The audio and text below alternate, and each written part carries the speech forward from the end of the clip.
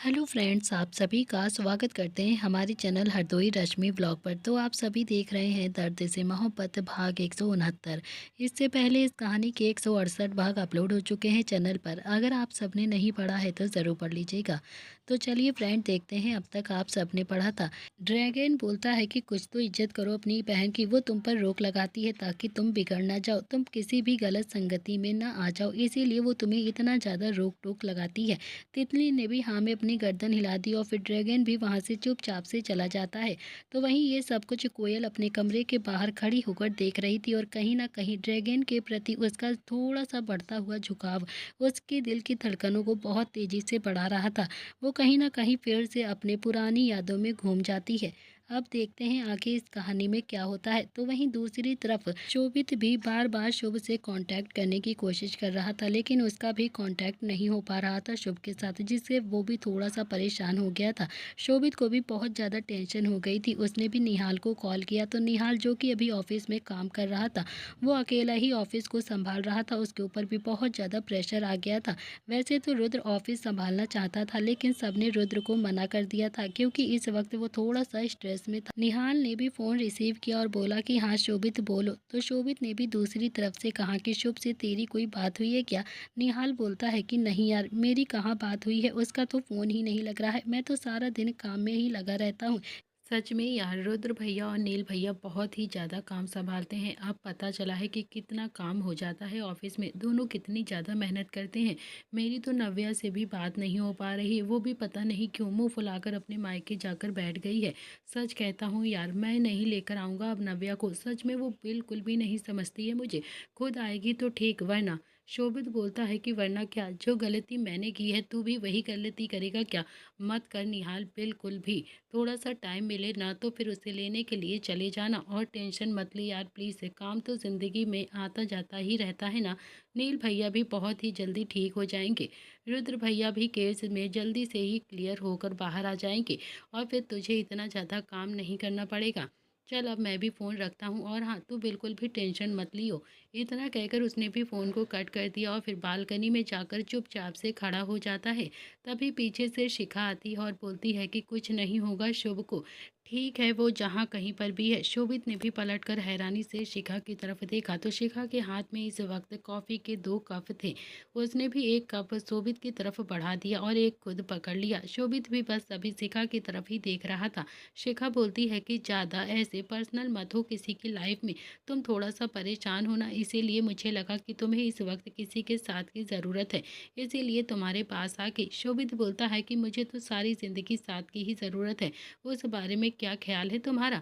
शिखा ने भी वहीं पर कप बालकनी की दीवार पर रखा और फिर वापस से वहां से जाने लगी। तो फिर शोभित बोलता है कि अच्छा ठीक है, आ जाओ ना यार प्लीज़, इतनी जल्दी मुंह क्यों फुला लेती हो, 2-3 मिनट मेरे साथ बिता सकती ही हो ना, कोई इतना बड़ा भी नुकसान नहीं हो जाएगा। शिखा वापस से आकर शोभित के पास ही खड़ी हो गई और बोली कि सब कुछ ठीक हो जाएगा, सारे दिन एक जैसे नहीं होते हैं किसी के, मैंने भी बहुत अच्छे और बहुत कुछ झेला है। शोभित ने भी बस हाँ में अपनी गर्दन हिला दी, तो वो अभी कुछ भी नहीं बोल रहा था, और अगर बोलता तो वो शिखा को छेड़ देता, और फिर शिखा अपने ऊपर ना तो शोभित का कहा हुआ कोई भी कॉम्प्लीमेंट बर्दाश्त करती और ना ही कोई भी कमेंट, इसीलिए बेचारा चुपचाप से ही खड़ा रहता है। और तभी उसने गार्डन में रुद्र को आते हुए देखा। जैसे ही उसने रुद्र को गार्डन में देखा, वैसे ही अपने हाथों में पकड़ा हुआ कॉफ़ी का कप वहीं पर छोटे से पिलर के ऊपर रखा, और फिर शिखा को देखकर जल्दबाजी के साथ बोलता है कि रुद्र भैया आ गए हैं, तुम यहाँ पर ही रुको, मैं अभी उनसे मिलकर आता हूँ, पूछ कर आता हूँ कि अब वो कैसे हैं। इतना कहकर शोभित भी जल्दी से भागता हुआ नीचे आ जाता है। रुद्र अभी तक गार्डन पार भी नहीं कर पाया था कि तभी शोभित भी जल्दी से उसके सामने आकर खड़ा हो गया था, और फिर बहुत ही तेजी के साथ लंबी लंबी सांसें लेते हुए बोलता है कि क्या हुआ है भैया, आप ठीक तो है ना, कोई प्रॉब्लम है क्या। रुद्र ने कहा, शोभित तुम थोड़े से फ्री हो क्या। हाँ हाँ भैया बताओ ना क्या काम है, मैं तो फ्री हूँ, आपके काम के लिए तो मैं हमेशा फ्री हूँ। रुद्र अभी कुछ बोलता उससे पहले ही उसे किट्टू की आवाज़ सुनाई देती है, जो कि अभी संध्या से पूछ रही थी कि मम्मी रुद्र कहाँ पर है। संध्या, जो कि अभी गार्डन में पौधों को पानी दे रही थी, उसने शोभित के घर की तरफ इशारा करते हुए कहा कि शोभित के घर गया है। किट्टू भी बहुत ही ज्यादा तेज कदमों के साथ सीधा शोभित के घर की ओर भाग जाती है। उसने रुद्र की तरफ देखा तो उसकी बाजू पकड़कर एक तरफ खींचते हुए बोलती है कि मुझे आपसे इम्पोर्टेंट बात करनी है, चलिए मेरे साथ। रुद्र भी अभी किट्टू के साथ एक साइड चला गया था। कहीं ना कहीं वो थोड़ा सा हैरान भी था किट्टू के एकदम से ऐसे खींचने पर। किट्टू बोलती है कि पापा का फोन आया था अभी, उन्होंने कहा है कि शुभ भैया का कुछ भी पता नहीं चल पा रहा है, किसी को भी कुछ नहीं पता है कि वो कहाँ पर हैं और कहाँ पर नहीं। ये सुनकर तो रुद्र के चेहरे की हवाइयाँ एकदम से उड़ गई थी। रुद्र बोलता है कि ये क्या कह रही हो तुम। किट्टू ने भी रुद्र को इशारा करते हुए कहा, अरे धीरे बोलिए, मम्मी को अगर पता चलेगा ना तो फिर पता नहीं क्या होगा, वो बहुत ज़्यादा परेशान हो जाएंगी। मेरी बात ध्यान से सुनिए, किसी को तो लंदन जाना ही पड़ेगा अब, तभी तो पता चलेगा कि शुभ भैया कहाँ पर है। मेरा दिल बहुत ही ज़्यादा बैठा जा रहा है, मेरा दिमाग तो काम ही नहीं कर रहा है। और प्लीज़ थोड़ी धीरे ही बोलिएगा आप, प्लीज़। घर में किसी को भी पता चल गया ना तो फिर पता नहीं सब कैसे रिएक्ट करेंगे। रुद्र का दिमाग तो जैसे एकदम से सोचने समझने की शक्ति पूरी तरह से खो चुका था। बलवंत राय बार बार उसके परिवार को नुकसान पहुंचाने की कोशिश जो कर रहा था, वो हर एक दिन नया खेल खेल रहा था। और रुद्र जो कि उसके खेल को चाह कर भी समझ नहीं पा रहा था, उसने भी शोभित की तरफ देखा जो कि अभी दूर खड़ा हुआ था। उसने भी शोभित को अपने पास आने का इशारा किया तो शोभित भी बहुत ही ज़्यादा जल्दी से भागते हुए रुद्र के पास आ गया। तो रुद्र बोलता है कि शोभित, किसी को भी ये बात मत बताना, लेकिन शुभ का कुछ भी पता नहीं चल रहा है, उसका पता ही नहीं है कि वो कहाँ पर है। क्या तुम लंदन जा सकते हो। शोभित ने अगले ही पल हाँ में अपनी गर्दन हिलाई और बोली कि हाँ हाँ, मैं बिल्कुल जाऊंगा, क्यों नहीं जाऊंगा भला। शुभ को मेरी ज़रूरत है, शुभ का कोई कुछ भी नहीं कर सकता है। रुद्र को इस वक्त शुभ की बहुत ही ज़्यादा टेंशन हो रही थी और तभी उसके मोबाइल में एक और मैसेज आ जाता है। रुद्र ने उस मैसेज को रीड किया तो उसमें लिखा हुआ था कि क्या हुआ है, अपने भाई के बारे में सोच रहे हो ना कि वो कहाँ पर है और कहाँ पर नहीं। सोचो सोचो और फिर सोचना भी चाहिए तुम्हें। आखिरकार तुम सारे भाई एक दूसरे के बारे में ही तो सोचते रहते हो ना, एक दूसरे की फिक्र जो है तुम लोगों को। और जब तुम सारे भाई एक दूसरे के बारे में सोचते हो ना तो फिर बलवंत राय को ना बहुत ही ज़्यादा अच्छा लगता है, बहुत ही ज़्यादा मज़ा आता है मुझे। चलो मैं तुम्हारी सोच को थोड़ा सा आगे बढ़ा देता हूँ। रुद्र भी अपने फ़ोन की स्क्रीन की तरफ ही देख रहा था और तभी उस पर एक और वीडियो आती है। रुद्र के हाथ तो अब उस वीडियो को चलाने के लिए एकदम से काँप रहे थे, लेकिन फिर भी उसे वो वीडियो चलानी तो थी ही। रुद्र ने भी वो वीडियो चला दी और फिर उस वीडियो में शुभ था। शुभ को देखकर रुद्र की तो जैसे दिल की धड़कनें एकदम से रुक गई थी। उसका दिल और दिमाग दोनों ही एकदम से बाहर आने वाला था। उसमें शुभ लंदन के एक डस्टबिन के पास बेबस सा लेटा हुआ था।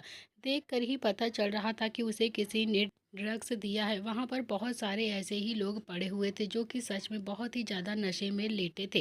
ठंड की वजह से शुभ के हाथ पैर भी बहुत ज़्यादा काँप रहे थे। रुद्र की आंखों में भी एकदम से पानी आ गया था।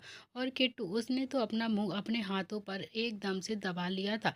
उसके तो आंसू रुक ही नहीं रहे थे। तो वहीं शोभित, उसका दिल भी अब जोरों से धड़क रहा था। सबको बहुत ही ज़्यादा बुरा लग रहा था। रुद्र अभी कुछ रिएक्ट करता उससे पहले ही वो वीडियो ख़त्म हो गई थी और फिर उसके नीचे लिखा हुआ था कि अब देखता हूँ तुम अपने भाई को कैसे बचाते हो। रुद्र ने भी अपनी आंखों को बंद किया तो उसकी आंखों से एकदम से आंसू बहकर निकल गए थे। किट्टू ने भी रुद्र को एकदम से अपने गले लगा लिया और फिर उसकी कमर को धीरे धीरे रब करते हुए बोलती है कि कुछ भी नहीं होगा, कुछ भी नहीं होगा शुभ भैया को। हमारे शुभ भैया बहुत ही ज़्यादा समझदार हैं। इतने में ही शोभित बोलता है कि मैं जाऊँगा, आज ही जाऊँगा अपने दोस्त के पास। मेरे दोस्त को कुछ भी नहीं हो सकता है, मैं कुछ होने ही नहीं दूंगा मेरे शुभ को। आप बिल्कुल भी फिक्र मत कीजिए भैया, मैं शुभ को कुछ भी नहीं होने दूंगा। रुद्र ने भी बस हाँ में अपनी गर्दन हिला दी और बोला कि मैं तेरा लंदन जाने का इंतज़ाम करता हूँ, प्लीज़ तू किसी को भी मत बताना ये बात, और फिर वहाँ पर जो कुछ भी हो ना मुझे ज़रूर बता देना प्लीज़ शोभित, शुभ को तेरी ज़रूरत है। शोभित ने भी हाँ में अपनी गर्दन हिला दी और फिर झटके से रुद्र को अपने गले लगाकर बोलता है कि भाई प्लीज़ आप खुद को संभालिए, आप ऐसे हार नहीं सकते हैं। हमारी शुभ को कुछ भी नहीं होगा, वो बहुत ही ज़्यादा अच्छा है, भगवान उसके साथ इतना बुरा बिल्कुल भी नहीं कर सकते हैं। वो सबकी हेल्प करता है, सबकी मदद के साथ साथ खुश भी रखता है, सबको बहुत ज़्यादा प्यार करता है, उसके साथ कुछ भी नहीं होगा। रुद्र ने भी हाँ में अपनी गर्दन हिला दी और फिर शोभित बोलता है कि मैं पैकिंग कर लेता हूँ, आप मेरे जाने का इंतज़ाम कीजिए जल्द से जल्द। रुद्र भी किट्टू को लेकर घर के अंदर आ गया था और फिर वो भी घर के अंदर ही आया था कि तभी संध्या, जो कि किचन में नील के लिए सूप बना रही थी, वो किचन से ही बोलती है कि किसी किसी की शुभ से बात हुई है क्या? मेरा दिल बहुत ज़्यादा घबरा रहा है। उसने तो एक बार भी फ़ोन नहीं किया। रुद्र ने अपनी इमोशंस को जैसे-तैसे कंट्रोल किया और बोला कि हाँ माँ, मेरे पास मैसेज आया था। आप फ़िक्र मत करो। इतना कहकर रुद्र सीढ़ियों से होता हुआ सीधा ऊपर अपने कमरे की तरफ चला गया। किट्टू भी उसके पीछे-पीछे कमरे में ही चली गई थी। रुद्र को इस वक़्त बहुत ही ज़्यादा बेचैनी हो रही थी, इसीलिए वो नहाने के लिए चला गया था। वो शावर के नीचे आँख बंद करके खड़ा हुआ था। उसकी लाइफ में क्या हो रहा था उसे खुद भी नहीं पता था। ऐसा लग रहा था कि हर एक स्टेप के बाद बलवंत राय की हिम्मत बढ़ती जा रही थी और फिर वो कमज़ोर पड़ता जा रहा था उसके सामने। वहीं किट्टू ने भी अपना फ़ोन लिया और नरेन को कॉल किया और बालकनी में चली गई। किट्टू बोलती है कि पापा, मुझे समझ में नहीं आ रहा है कि क्या सही है और क्या गलत, लेकिन शुभ भैया की हालत बहुत ज़्यादा ख़राब है, बहुत ही ज़्यादा ख़राब। नरेन बोलता है कि तुम फ़िक्र मत करो, मैं हूँ ना, सब कुछ ठीक हो जाएगा, तुम बस रुद्र पर ध्यान दो। अपने पापा से अपने दिल की बात करने के बाद किट्टू भी कमरे में वापस आ गई। तब तक रुद्र भी वॉशरूम से बाहर आ गया था। उसका चेहरा ही बता रहा था कि उसे शुभ की कितनी ज़्यादा टेंशन हो रही है। रुद्र के हाथ में फ़ोन था और वो शायद शोभित के लिए लंदन जाने का इंतज़ाम कर रहा था। वहीं शोभित भी पैकिंग कर रहा था और तभी शिखा कमरे में आती है। शिखा बोलती है कि कहीं जा रहे हो शोभित? शोभित ने हल्का सा पलट कर शिखा की तरफ देखा और फिर अपनी फिर से पैकिंग करते हुए बोलता है कि हाँ, जा रहा हूँ, बहुत ज़्यादा ज़रूरी काम है, प्लीज़ तुम मुझे छोड़कर मत जाना। जब तक मैं यहाँ पर ना जाऊँ बिल्कुल भी मत जाना कहीं पर। प्लीज़ तुम कुछ दिनों के लिए अपनी नाराज़गी को भी भूल जाओ ना। मैं जल्द ही वापस आ जाऊँगा और फिर तुम्हें अच्छे से मनाऊँगा। शोभित ने भी अपना बैग एकदम से बंद कर लिया और फिर पलट कर शिखा की तरफ देखा। पता नहीं क्यों शिखा ने भी शोभित की आंखों में नमी देखी थी। वो 2-3 कदम चलकर शोभित के पास आ गई और फिर उसने भी शोभित को बहुत ही प्यार से गले लगा लिया। इसी के साथ शोभित की आंखों से भी आंसू एकदम से गिर पड़े थे। शिखा बोलती है कि कुछ भी नहीं होगा शुभ को। तुमने तो मुझे भी कुछ भी नहीं होने दिया, तो फिर शुभ को कैसे तुम कुछ होने दोगे? तुम बचा लोगे शुभ को, मुझे भरोसा है तुम पर। जाओ, तुम लंदन जाओ, मैं कहीं भी नहीं जाऊंगी, यहीं पर ही रहूंगी। मैं अपनी नाराज़गी हमारे बीच नहीं लेकर आऊँगी बिल्कुल भी। इतना कहकर शिखा भी शोभित से थोड़ा-सा दूर हो गई। उसने भी शोभित के चेहरे को अपने दोनों ही हाथों में भरा और फिर अंगूठे से उसके आँसुओं को पोंछा और फिर बहुत ही प्यार से बोलती है कि मेरी फ़िक्र मत करो, मैं बिल्कुल ठीक हूँ। तुमने तो मुझे यहाँ पर स्वर्ग में लाकर रख दिया है। मुझे यहाँ पर किसी भी चीज़ की कोई भी कमी नहीं है। हाँ, मानती हूँ कि तुमसे नाराज़ हूँ, लेकिन इतनी भी नहीं हूँ कि तुम्हारे दर्द में तुम्हारा साथ ना दे सकूँ। जाओ, शुभ को सही सलामत लेकर ही आना। शोभित ने भी हाँ में अपनी गर्दन हिला दी और फिर से शिखा को अपने गले लगा लिया। अगले 2 घंटे में शोभित एयरपोर्ट पर मौजूद था। रुद्र उसे छोड़ने के लिए आया था। रुद्र ने शोभित के हाथ में कुछ पेपर्स रखे और बोला कि हो सकता है शुभ के पास उसका पासपोर्ट भी ना हो सकता है कि तुम्हें इन पेपर्स की भी ज़रूरत पड़े। तुम बिल्कुल भी फिक्र मत करना, मैं तुम्हें यहाँ इंडिया से ही सपोर्ट करूँगा। मैं तुम्हें अकेले ऐसे वहाँ पर नहीं जाने देता, लेकिन मैं क्या करूँ शोभित, मैं भी वहाँ पर नहीं जा सकता हूँ, इसीलिए ही तुम्हें भेज रहा हूँ। शोभित बोलता है कि आप फिक्र मत करो भैया, मैं हूँ ना, मैं शुभ को वापस लेकर ही आऊँगा। जितना दुख आपको है ना, उससे कहीं ज़्यादा दुख मुझे भी है। तभी शोभित की फ़्लाइट की अनाउंसमेंट हो जाती है। शोभित बोलता है कि अब मैं चलता हूँ भैया। रुद्र ने भी हाँ में अपनी गर्दन हिला दी और फिर तभी पीछे से नरेन बोलता है कि मैं भी चलता हूँ। शोभित और रुद्र दोनों ने ही पलट कर पीछे देखा तो नरेन भी अपना बैग लेकर वहाँ पर खड़ा हुआ था। रुद्र को बहुत ही ज़्यादा हैरानी हुई। वो बोलता है कि पापा आप जाएंगे? नरेन बोलता है कि क्यों, मैं नहीं जा सकता हूँ। देखो, लंदन में मेरे बहुत अच्छे दोस्त हैं, कज़न्स भी हैं। मुझे वहाँ पर पुलिस का सपोर्ट भी आराम से मिल जाएगा, क्योंकि मैं कई बार लंदन जा चुका हूँ। तो फिक्र मत करो, मैं और शोभित मिलकर दोनों ही शुभ को लेकर आएंगे। रुद्र ने भी हाँ में अपनी गर्दन हिला दी। इस वक्त रुद्र बहुत ही ज़्यादा बेबस महसूस कर रहा था। नरेन ने रुद्र के गाल पर प्यार से हाथ लगाकर कहा कि बेटा नहीं है मेरा, जो कुछ भी हो तुम ही हो, और मैं अपने बेटे के लिए इतना तो कर ही सकता हूँ। रुद्र ने नरेन को गले लगा लिया और फिर नरेन ने भी रुद्र को अच्छे से संभालते हुए और समझाते हुए कहा कि कुछ भी नहीं होगा शुभ को, हम लेकर आएंगे शुभ को। देखते ही देखते वो दोनों ही एयरपोर्ट के अंदर चले गए और फिर रुद्र उन दोनों को जाता हुआ देख रहा था। वहीं दिशा, वो भी शुभ की फ़ोटो को देख रही थी। फिर भरे हुए गले से बोलती है कि कहकर तो गए थे कि तुम मुझे मना कर ही दम लोगे, और फिर अब देखो ना, एक फ़ोन भी नहीं किया तुमने। शुभ इस वक्त लंदन की सड़कों पर बेबस सा पड़ा हुआ था। तभी एक आदमी आया और उसने शुभ की कमर पर ज़ोर से एक लात मारी और फिर शुभ की आंखें खुल गईं। उसने जैसे तैसे उठकर उस आदमी को देखा तो उस आदमी ने एक मुक्का जड़ा और फिर शुभ के मुँह से एकदम से खून आने लगा। शुभ के हाथ पैर काँप रहे थे। वो आदमी बोलता है कि शुभ प्रताप सिंह, सिंह यही नाम है ना तुम्हारा? सुना है कि तुम्हारे 2 बड़े भाई भी हैं, लेकिन अफ़सोस उन दोनों में से तो कोई भी तुझे बचा नहीं सकता है, कोई भी नहीं। इतना कहकर उसने फिर से शुभ के मुँह पर ज़ोर से एक मुक्का मारा। शुभ के मुँह से एकदम से सिसक निकल गई। नील भाई? तो वहीं नील जो कि अभी सोया हुआ था, उसकी आँखें एकदम से खुल गईं। वो लंबी-लंबी साँसें ले रहा था। अवनी जो कि उसके पास में ही लेटी हुई थी, वो एकदम से उठकर बैठ गई। उसने भी लाइट जलाई और फिर नील के पास आकर उसके सीने को सहलाते हुए बोलती है कि क्या हुआ है नील? कुछ हुआ है क्या? तुम ठीक तो हो ना? ऐसे क्यों चिल्ला रहे हो तुम?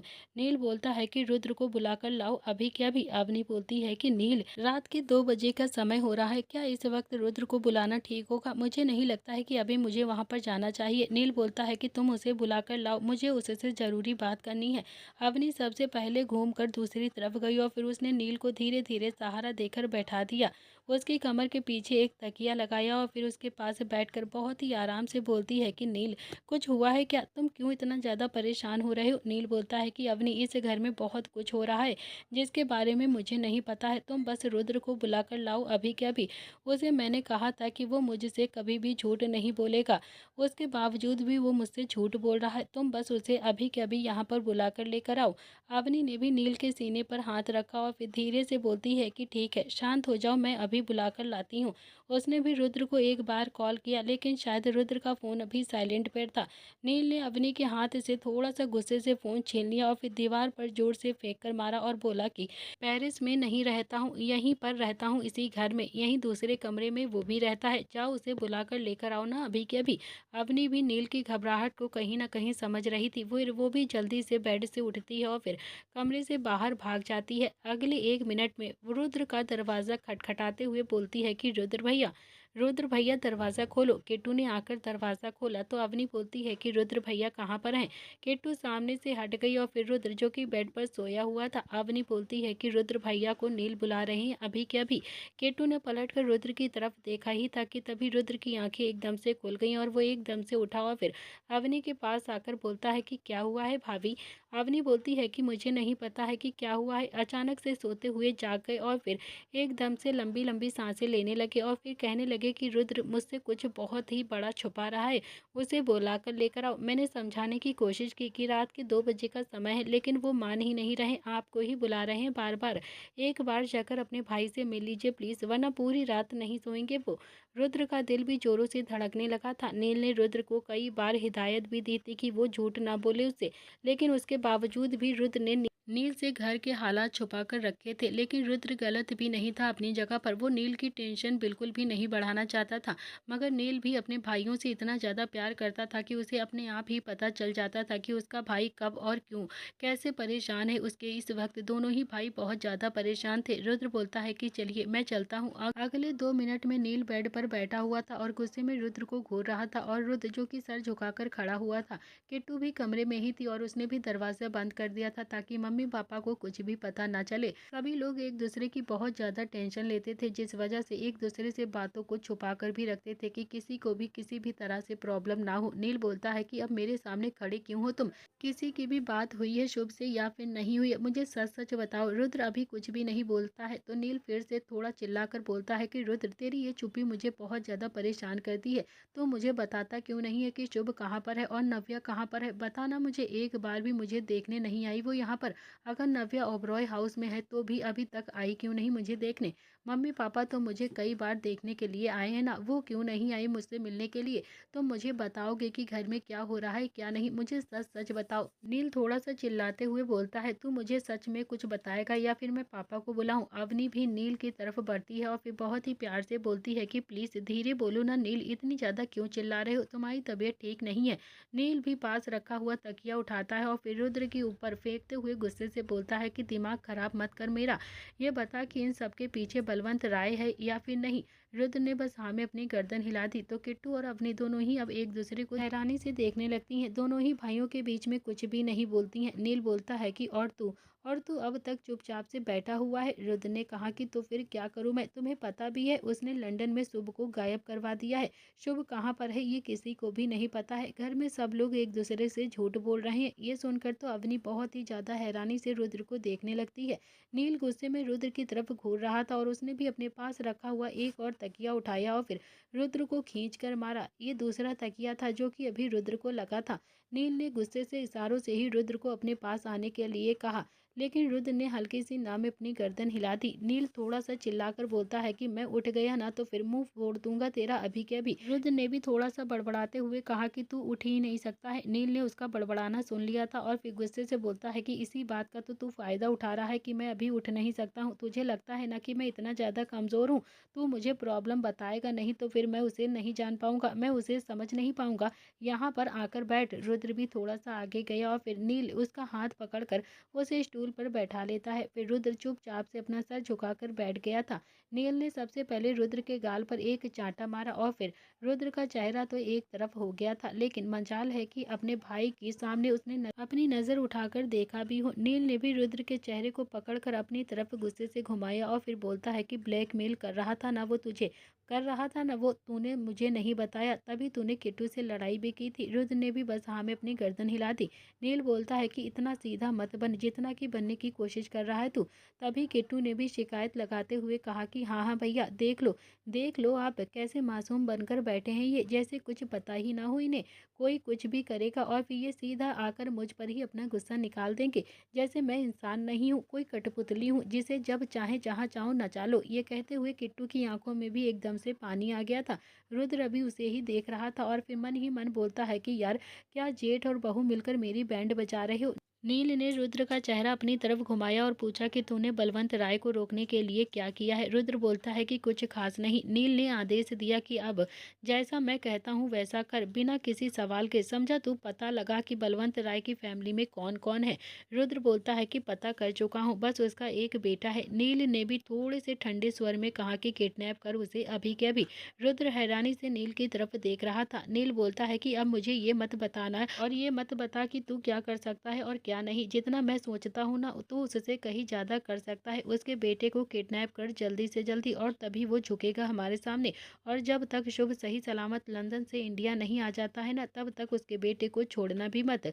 और दूसरी बात, खुद को कमजोर मत समझ रुद्र, मैं तेरे साथ हूँ। पापा को हवा भी नहीं लगेगी और फिर लग भी गई ना तो फिर मैं उनसे भी नहीं डरता हूँ। मेरे घर की तरफ जिसने भी आंख उठाकर देखा ना, अगर मैंने उसकी आंखें ना निकाल दी ना तो फिर मेरा नाम भी नीलकंठ प्रताप सिंह नहीं है। सुना ना तूने, बिल्कुल भी डरने की जरूरत नहीं है तुझे। रुद्र ने भी हाँ में अपनी गर्दन हिला दी और फिर उठकर बोलता है कि पक्का मैं उसके बेटे को किडनैप कर लूं। नील बोलता है कि यस, स्टाम्प पेपर पर लिख कर दूं, कंपनी की मोहर मारूं या फिर पेपर के साइन करवा कर दूं। जैसा कह रहा हूँ ना बस वैसा कर। अगर बलवंत राय को हराना है तो फिर उसे बताना पड़ेगा कि फैमिली सिर्फ एक तरफ की नहीं होती है, उसकी भी फैमिली को नुकसान हो सकता है, समझा तू। और दूसरी बात, मैं तेरी नजरें झुकी हुई बिल्कुल भी नहीं देख सकता हूँ। मैंने तुझे हमेशा अकड़ में देखा है। तुझे तो अब तक बलवंत राय की गर्दन उठाकर एकदम से मरोड़ देनी चाहिए थी। ये सुनकर अवनी और किट्टू हैरानी से नील की तरफ देख रही थी। एक ऐसा इंसान जो कि हमेशा हंसता मुस्कुराता रहता था, घर का एकदम से समझदार बेटा था जिसके चेहरे पर गुस्सा तो कभी किसी ने देखा ही नहीं था, वो आज इतनी भयानक बातें कर रहा था रुद्र के सामने। नील ने उन्हें इग्नोर किया और फिर रुद्र की तरफ देखकर कहा कि अपनी शक्ति की पहचान कर, कमजोर बिल्कुल भी मत पड़, समझा तू। जो कह रहा हूँ वो कर। रुद्र ने भी अपने आत्मविश्वास के साथ कहा कि ठीक है भाई, अब रुद्र कमजोर नहीं पड़ेगा कभी भी। इतना कहकर वो भी कमरे से बाहर निकल गया और फिर किट्टू भी उसके पीछे पीछे बाहर चली जाती है। अवनी भी अब नील की तरफ ही हैरानी से देख रही थी। नील बोलता है कि लाइट बंद करो और आकर आराम से सो जाओ, अभी तो तुम्हें नील के बहुत सारे रंग देखना बाकी हैं, अभी तो तुमने बस एक पहला रूप ही देखा है मेरा। तो वहीं दूसरी तरफ तितली जो कि कॉलेज में बैठी हुई थी, उसका पूरा ध्यान अभी उस हैंडसम से लड़के के चेहरे पर था, यानी कि अनिरुद्ध पर था, लेकिन उसे उसका नाम तक नहीं पता था। बार बार उसकी आंखों के सामने बस अनिरुद्ध का ही चेहरा आ रहा था। वो तो उसके ही ख्यालों में डूबी हुई थी कि तभी रिया उसके पास आकर बैठ जाती है। तितली ने भी रिया की ओर देखा और फिर पूछा कि रिया, मैं क्लब में उस लड़के के कमरे में कैसे पहुंची थी, बताना मुझे यार, क्योंकि मुझे कुछ भी नहीं पता है। रिया भी एकदम से हड़बड़ा गई थी। उसे लगा था कि जैसे शायद तितली को कुछ भी याद नहीं होगा, लेकिन तितली को तो सब कुछ याद था। उसे पता था कि वो क्लब में उस रात कमरे में थी किसी के साथ। रिया ने झूठ बोला कि तुम्हें वॉशरूम जाना था ना, इसीलिए। तितली ने बीच में ही उसे टोका और बोला कि झूठ मत बोलो, मुझे अच्छे से याद है कि तुम मुझे उस कमरे तक लेकर गई थी, मुझे बहुत ही अच्छे से सब चीज़ें याद हैं। रिया कुछ बोल पाती उससे पहले ही प्रोफेसर क्लास में आ गए थे और फिर सभी लोग प्रोफेसर की तरफ देखने लगे थे और रिया ने भी तितली के सवाल को पूरी तरह से इग्नोर कर दिया। लेकिन तभी तितली भी अब ठान चुकी थी कि वो जान कर ही रहेगी कि आखिरकार रिया उसे उस कमरे तक क्यों लेकर गई थी और फिर कौन था वो लड़का। तितली ने भी अपने दिमाग पर थोड़ा बहुत जोर डाला और फिर उसे उस कमरे का नंबर तो एकदम से याद ही आ गया था, लेकिन वो अनिरुद्ध के बारे में पता कैसे लगाए उसे ये नहीं पता था। उसे खुद भी समझ में नहीं आ रहा था कि आखिर वो लड़का कौन है। वो अनिरुद्ध के बारे में इतनी ज़्यादा छानबीन क्यों करना चाहती थी, ये तो शायद उसे भी नहीं पता था। शायद वो उसे थैंक यू बोलना चाहती थी या फिर जो कुछ भी था जवाब वो रिया से नहीं लेना चाहती थी। वो सारे सवाल और जवाब वो अनिरुद्ध से ही कर सकती थी। यही सब सोचकर वो सीधा क्लास से उठकर बाहर चली गई थी। उसके जाते ही रिया ने भी अपने दिल पर हाथ रखा और फिर खुद से ही बड़बड़ाते हुए बोलती है कि यार अब इस लड़की से मुझे दूरी ही बनानी पड़ेगी। हे भगवान, बस ये अपनी बहन को कुछ भी ना बता दे, प्लीज़ बचा लेना। तो वहीं तितली ने भी अपनी स्कूटी क्लब के बाहर आकर रोकी और फिर सीधा अंदर चली गई। वो सीधा रिसेप्शन पर पहुंचती है और बोलती है कि परसों रूम नंबर 502 में कौन ठहरा हुआ था। यह सुनकर रिसेप्शनिस्ट ने भी बहुत ही ज़्यादा हैरानी से तितली की तरफ देखा। दरअसल वो अनिरुद्ध का ही कमरा था और फिर उसमें कोई आम गेस्ट बिल्कुल भी नहीं रुक सकता था। अनिरुद्ध जब भी क्लब आता था उसी कमरे में ही ठहरता था और वो कमरा सिर्फ उसी के लिए ही था। तितली बोलती है कि देखिए प्लीज़ प्लीज़ बता दीजिए ना मुझे, आपकी बहुत ज़्यादा मेहरबानी होगी, प्लीज़ मेरी हेल्प कर दीजिए। रिसेप्शनिस्ट ने कहा कि सॉरी मैडम, हम ऐसे किसी की भी जानकारी किसी को नहीं दे सकते हैं। तितली ने भी अपने दिमाग को दौड़ाते हुए कहा कि पुलिस को भी नहीं बताते हैं क्या? रिसेप्शनिस्ट तो उसे हैरानी से देखने लगी थी। तितली भी बात बताते हुए बोलती है कि देखो परसों मेरे साथ कुछ गलत हो सकता था। अगर चाहते हो कि मैं कंप्लेंट ना करूं और फिर इस क्लब के मालिक पर कोई भी केस ना हो तो फिर मुझे जल्दी से बताओ कि उस रूम में उस रात कौन था। रिसेप्शनिस्ट ने भी सोचा कि बता देना ही ठीक है, वरना बेकार में ही प्रॉब्लम हो जाएगी, बहुत ज़्यादा बवाल हो जाएगा। उसने भी धीरे से कहा कि किसी को भी बताना मत, लेकिन वो यहाँ के ऑनर हैं, मतलब मालिक हैं, वो हमेशा उसी ही कमरे में आकर ठहरते हैं। ये सुनकर तितली की आंखें तो एकदम से फटी की फटी रह गई थी। उसने उस विशाल से 7-8 मंजिला क्लब को देखा और फिर रिसेप्शनिस्ट से पूछा कि झूठ बोल रहे हो ना तुम? उसने जवाब दिया कि नहीं नहीं मैडम, मैं बिल्कुल सच कह रहा हूँ। तितली ने धीरे से कहा कि उनका नाम क्या है? रिसेप्शनिस्ट बोलता है कि अनिरुद्ध राय। तितली भी एकदम से बुदबुदाते हुए बोलती है कि अनिरुद्ध राय। फिर वो उसकी पहचान पक्की करने के लिए बोलती है कि वो बहुत ज़्यादा हैंडसम से है ना, करीब 5 फुट 11 इंच हाइट होगी, चेहरे पर हल्की सी दाढ़ी, बाल ऊपर की तरफ और हाथ में बहुत ही महंगी ब्लू और सिल्वर कलर की घड़ी है ना। रिसेप्शनिस्ट को भी तितली की बातें समझ में नहीं आ रही थी। वो बस वैसे भी वहाँ से उसे भेजना चाहता था कुछ भी करके। उसने भी अपने फ़ोन में अनिरुद्ध की फ़ोटो दिखाते हुए कहा कि हाँ ये देखिए यही है उनकी फ़ोटो। क्या यही थे वो? तितली भी फ़ोटो में अनिरुद्ध को ही देख रही थी और उसे उस रात की सारी बातें एकदम से याद आने लगी थी। उसने भी बहुत ही चतुराई से वो फ़ोटो अपने नंबर पर भेज ली थी और फिर फ़ोन वापस से देते हुए बोलती है कि ठीक है, अब मैं पुलिस कंप्लेंट नहीं करूँगी। ओके, बिल्कुल भी फ़िक्र करने की ज़रूरत नहीं है। इतना कहकर वो मुस्कुराते हुए क्लब से बाहर जाने लगी। उसे खुद भी नहीं पता था कि उसके चेहरे पर ये बड़ी सी मुस्कुराहट क्यों थी, इसकी क्या वजह थी। लेकिन जैसे ही वो बाहर निकलने ही वाली थी कि तभी उसकी टक्कर अचानक से सीधा अनिरुद्ध से ही हो गई थी। अनिरुद्ध ने जब तितली को वहाँ पर देखा तो उसके चेहरे पर एकदम से गुस्सा उभर आया था। तो वहीं तितली जो कि बहुत ही ज़्यादा हैरानी से अनिरुद्ध की तरफ देख रही थी और फिर मन ही मन बुदबुदा रही थी, सच में इतना ज़्यादा हैंडसम लड़का मुझे घर पर छोड़ने के लिए आया था क्या यार? मेरे पूरे कॉलेज में इतना हैंडसम लड़का नहीं है यार। हे भगवान, ये हैंडसम से लड़के कौन सी फैक्ट्री में बनते हैं यार? सच में कितना ज़्यादा हैंडसम है ये। तभी अनिरुद्ध ने आंखें दिखाते हुए अपने पास से खड़े हुए गार्ड को आवाज़ दी। एक गार्ड तुरंत ही वहां पर आ गया था और इस वक्त अनिरुद्ध जो कि बहुत ही ज़्यादा गुस्से में भी तितली की तरफ घूर रहा था, उसने गार्ड को इंस्ट्रक्शन देते हुए कहा कि मुझे गंदगी बिल्कुल भी पसंद नहीं है, उठा कर बाहर फेंक दो इस लड़की को अभी के अभी। ये सुनकर तो तितली की आंखें एकदम से फटी की फटी रह गई थी और मुंह खुला का खुला रह गया था। उसने अनिरुद्ध की बाजू पकड़कर उसे अपनी तरफ घुमाया और फिर काफ़ी ज़्यादा गुस्से से बोलती है कि गंदगी, गंदगी किसे बोला तुमने? हाँ, किसे बोला तुमने गंदगी? लड़कियों से बात करने की तमीज़ नहीं है क्या तुम्हें? तितली अवस्थी नाम है मेरा। अनिरुद्ध अभी भी उसे ठंडे गुस्से के साथ ही तितली को देख रहा था। उसने फिर से गार्ड की ओर देखा और फिर कहा कि तितली अवस्थी, बाहर उठाकर फेंको इन्हें अभी के अभी। इतना कहकर वो भी वहां से चुपचाप से जाने लगा। तितली भी पीछे से जोर से चिल्लाती है कि नहीं, नहीं, तुम बहुत ज़्यादा बदतमीज़ हो और बहुत ही ज़्यादा घटिया इंसान हो। मैं तो तुम्हें थैंक यू बोलने के लिए आई थी यहाँ पर, लेकिन देखो देखो ना कैसे एटीट्यूड दिखाकर जा रहे हो। तुम मेरे थैंक यू के लायक ही नहीं हो। तितली आगे बोलती है कि अरे टाइम टाइम की बात है, उस रात तुम मेरे काम आ गए, तुमने मुझे घर पर छोड़ा। हो सकता है कि कभी मैं भी तुम्हारे काम आ जाऊं, जैसे तुम्हारे सिर में कोई डंडा मार दे और फिर मैं दुपट्टे से आकर तुम्हारे सिर पर अपने दुपट्टे को बांध दूं। हो सकता है कि तुम्हें कोई किडनैप कर ले और फिर मैं तुम्हें बचा लूं, या फिर ये भी हो सकता है कि कोई तुम्हें जान से मारने वाला हो और फिर मैं तुम्हारी गोली अपने ऊपर ही ले लूं। हो सकता है ना? अनिरुद्ध ने भी पलटकर तितली की तरफ एक बार भी नहीं देखा, लेकिन उसे इतना तो समझ में आ गया था कि ज़रूर ये लड़की एक नंबर की बेवकूफ़ है, एक नंबर की पागल है। वो सीधा वहाँ से चला गया था और गार्ड ने भी बहुत ही प्यार से तितली की तरफ देखकर कहा कि मैडम प्लीज़ चली जाइए ना आप यहाँ से, सर बहुत ज़्यादा गुस्सा करेंगे। तितली भी मुंह बनाकर बोलती है कि तुम्हारे सर को गुस्सा करने के अलावा और कुछ आता भी नहीं है, बिल्कुल पागल है पागल। तितली ने भी एक बार फिर से अनिरुद्ध की कमर की तरफ देखकर कहा कि अच्छा ठीक है, थैंक यू वेरी मच। तुम नहीं होते ना तो फिर पता नहीं क्या होता उस रात मेरे साथ। अनिरुद्ध ने भी फिर भी पलटकर तितली की तरफ नहीं देखा था और फिर कॉरिडोर में लेफ्ट साइड से मुड़ गया। तो वहीं तितली भी मुंह बनाकर खुद से बोलती है कि यार एक बार भी पलट कर देख लेता तो फिर क्या हो जाता इसका। फिर तितली ने भी गार्ड की ओर देखा और कहा कि वो डायनासोर आए ना तो फिर बोल देना कि तितली थैंक यू बोलकर गई है उसे। इतना कहकर वो भी चुपचाप से वहां से चली जाती है। तो वहीं दूसरी तरफ रुद्र, जो कि इस वक्त कोर्ट के रूम के बाहर खड़ा हुआ था क्योंकि आज उसके केस की सुनवाई होने वाली थी, उसने भी फ़ोन कान पर लगाया हुआ था और फिर बोलता है कि ड्रैगन बलवंत राय के बेटे को किडनैप करो जल्दी से जल्दी, कुछ भी हो वो इंसान मुझे बस मेरे फार्म हाउस पर बहुत ही जल्दी कुर्सी से बंधा हुआ मिलना चाहिए। इतना कहकर रुद्र ने भी फ़ोन को कट कर दिया और फिर तभी किट्टू भी रुद्र के पास आकर बोलती है कि अंदर चले।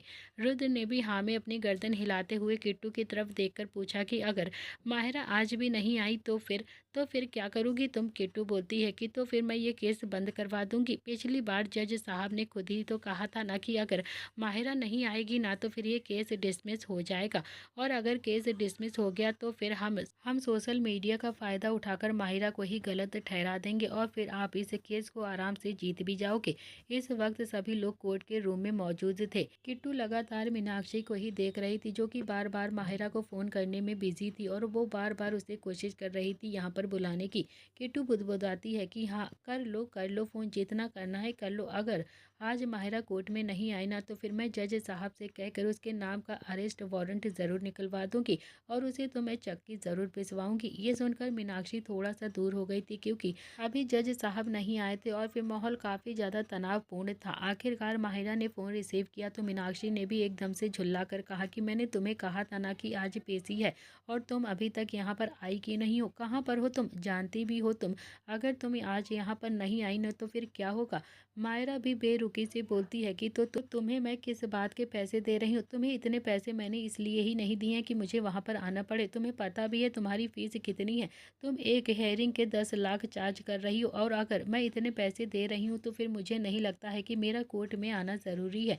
मीनाक्षी का पारा एकदम से चढ़ गया था। वो बोलती है कि देखो तुम्हारे 10 लाख रुपए तुम्हारे मुंह पर एकदम से मार दूंगी मैं, मुझे पैसों की कमी नहीं है, पर अपनी इज्जत बहुत ज़्यादा प्यारी है। पहली बार जज साहब ने मुझसे इतनी ज़्यादा सख्ती से बात की है और अगर तुम आज नहीं पहुंची कोर्ट में तो फिर मैं ये केस अभी के अभी छोड़ दूंगी। और यकीन मानो किट्टू ने इस केस को इतना ज़्यादा स्ट्रॉन्ग बना लिया है कि कोई भी दूसरा वकील अब तुम्हारा केस में हाथ भी नहीं लगाएगा, समझी तुम? इसीलिए अपने आप को ज़्यादा स्मार्ट मत समझो। इतना कहकर मीनाक्षी ने भी काफ़ी ज़्यादा गुस्से से फ़ोन को कट कर दिया। वो वापस से अपनी जगह पर आकर खड़ी हो गई थी और किट्टू की नज़रें तो अभी बस उसी पर ही टिकी हुई थी। कहीं ना कहीं उसे मज़ा भी बहुत ज़्यादा आ रहा था। किट्टू का था कि आज वो मीनाक्षी की धज्जियां उड़ा दे। आखिरकार एक औरत होकर वो दूसरी औरत के साथ मिलकर इतनी घटिया साजिश कैसे रच सकती थी। तो दोस्तों, इसी के साथ इस कहानी का आज का एपिसोड यहाँ पर समाप्त होता है। आगे इस कहानी में क्या होने वाला है ये पता चलेगा आपको नेक्स्ट एपिसोड में। क्या शोभित बचा पाएगा शुभ को, और अब क्या सच में बलवंत राय हार जाएगा इन चारों ही भाइयों के सामने। तो दोस्तों, कहानी पसंद आए तो लाइक शेयर सब्सक्राइब ज़रूर कर दीजिएगा। Thank you friends.